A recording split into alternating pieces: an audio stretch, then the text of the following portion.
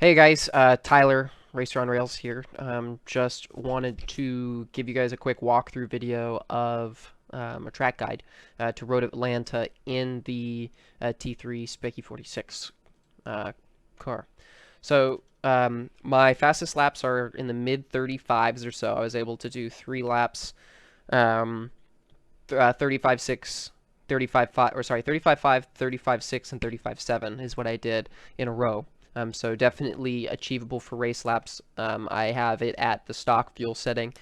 Something to note for sure is that the tires don't get fully warm until probably lap 3 or so. So it's really important to not overdo it or push. Don't try to get your fast lap until you at least have your out lap plus 2 more laps. Before really trying to get into it.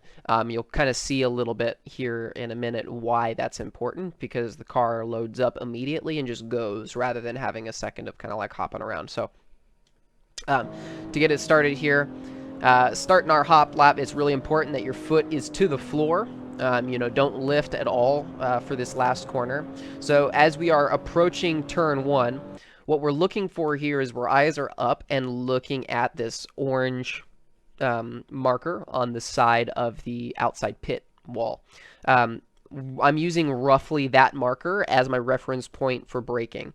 What's key is I'm trying to keep the car to the left along this white line, and I'm going to try to open up the corner as much as I can.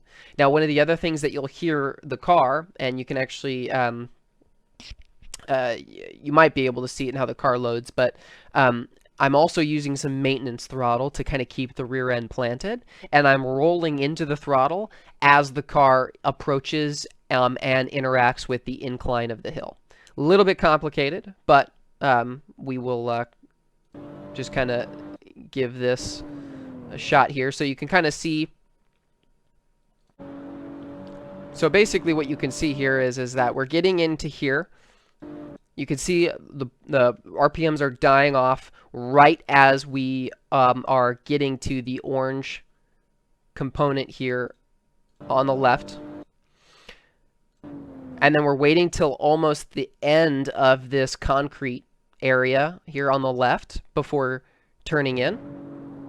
We've kind of put the car in, we're heading it the right direction. You'll kind of see here on the curb, see where there's this very defined point here. What we're going to try to do is we're going to try to get our right rear tire to line up with this point at the same time that our right front tire is lining up over here closer to the blue that's close to the wall. So we're going to try to get completely side to side or parallel with the curb as it's angling up the hill. Okay, so you guys see how I'm using the right part of the tire.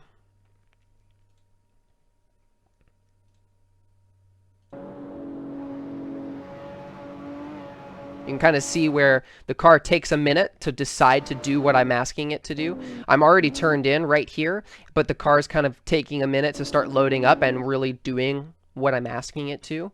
And it's just trusting that I've chosen the right spot. And you can see here now, that's that point that we were talking about, where I've got that mated perfectly parallel to the inside of these curbs here.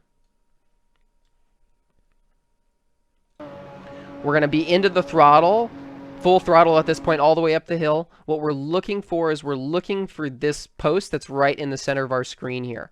So I'm aiming for this, and as I kind of approach the top and I can start to see the bottom of these trees over here on the left, my eyes are moving that direction. And what I'm looking for is I'm looking for the curbs on the outside of turn 3. So I'm sending the car over, and you can kind of see where I was able to predict where the curbs were going to be, and I'm just trying to put the car where I want it before I can even see where I need to be putting the car. And that's all just from practice and building it up in my head. So what we're going to be doing here is we're going to be braking just a little bit, and it's just to balance the platform of the car out and to control our entry into 3. We're going to try to cut this curb just enough. You can kind of see the Fox billboard out in the distance. That's kind of where I've got my eyes right now, as I'm looking towards these curbs, and then my eyes are moving immediately towards that Fox sign to try to get my eyes up. Obviously, as we kind of come around here, we can now change our line of sight from the fox sign now to the end of the curb on the inside of turn 4. And if we do that, the car just naturally sets itself up out here on the left. And at this point, I'm using probably only 30% throttle or so just to balance the car and get it to where I want to go. And I'm trying to balance out, like if you think of a string tied to your hand and your right foot, as I'm getting out of the steering wheel, I'm getting more throttle in. And so what I'm doing right here is I'm kind of just playing with the limit a little bit. The goal being that you never get out of the throttle once you've gotten into it. You want it to be one smooth input, even if it's like a slow incline. So we're going to try to get as far left over here as we can so we can prep for the right-hander coming downhill. Doesn't really matter so much where we get into the corner here as long as we are straight through the rest of the slalom. So we're going to use this inside curb here to balance the car out, and we're trying to get this angled properly. So you can kind of see here where I'm following this portion of the track on the right where the curb is kind of lining me out to kind of be spit out in the middle here. And what we're going to try to do is we're going to try to get the right front corner of the car loaded as quickly and as effectively as we can. So the way that I'm going to do this is I'm actually going to leverage the inside corner of turn 5 in order to cause the car to dig in to that right front tire to try to give me the grip I need to get into the throttle and push through the corner. So you can kind of see here where it's cambered in towards the inside of the corner all the way through the exit. So if we do this right, we can make some great leaps and bounds by carrying some speed. So that's what we're going to give it a shot here. You can see we come in here, we get into the curb. You can really hear the tires protesting. I'm really just committed to this input, and I'm going to get out of it as I'm able to get into the throttle. I'm trying to guide the car to keep it straight because right now it's wanting to spin. So I'm giving it some counter steering to balance it out and using the curbs on the exit here to help stabilize the car as well. There's a little bit of road that we can cheat with, and that helps us get us right over the top of the corner. Now as we approach this, I'm staying in the top of 4th, lifting right at 250, getting into the brakes, trying to stay in 3rd but keep the RPMs up. And it's really important here to try to make use of the inside of this corner as much as possible. It kind of looks like I choke up the corner a little bit, but from outside the car, you can kind of see how geometrically sound that is. So really trying to turn in at about 110 meters or so, I would say. Trying to get deep into this corner where we've got the most camber possible is right here on this the second blue rectangle on the curb from the end of the curb. So that's what we're shooting for. It's going to toss you out here. You're going to stay in 3rd. You're really just trying to get the RPMs as high up as possible. And then what you're going to do is you're going to keep your foot in the throttle like 10 or 15% and use the brakes to slow down the car, but keep the RPMs up. And we're going to try to coast the car just right over these curbs here. You can see how I'm taking advantage of all of the track surface, which is really like all of this curb right here, not touching the grass, just trying to keep it on the curb entirely, spitting us out here and allowing us to get into the throttle and make this throttle zone even longer than it already is. Got a bit of a break here. Now as we come up to the chicane, it's important to know the first half of the chicane is a total throwaway. We're not worried about trying to carry lots of speed through the first part of the chicane. What we want to do is we want to get to the throttle as early as possible and stay in it all the way up the hill and through the second apex of the chicane here. So you'll see what I'm going to do is I'm actually going to be looking at about this billboard right here at the 200 meter mark. This is the reference point I'm using to just aim my eyes at the entrance or at the first apex. What I'm really doing is I'm braking right at about the 100 meter board and using some of this curb to help swing the car in. So braking right at the 100, trying to get all the way out to the right hand side here.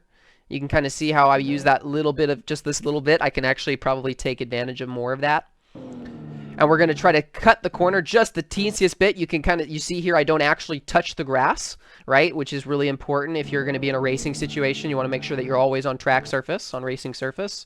But what this does is see how much this opens up the corner. I could actually probably wait even a hair longer to rotate the car back right, and I'm just trying to take advantage as much of that as possible, staying in the throttle, cut this part of the corner as much as I can as well, short shift into 5th gear, and just across the line. Just so you guys can see that is a 135.5 with no off tracks. So now I'll just play this. I'll play that lap back again using the TV cameras, so that way you guys can have a chance to see what that looks like from the outside of the car. And I'll do it one more time from the cockpit at full speed.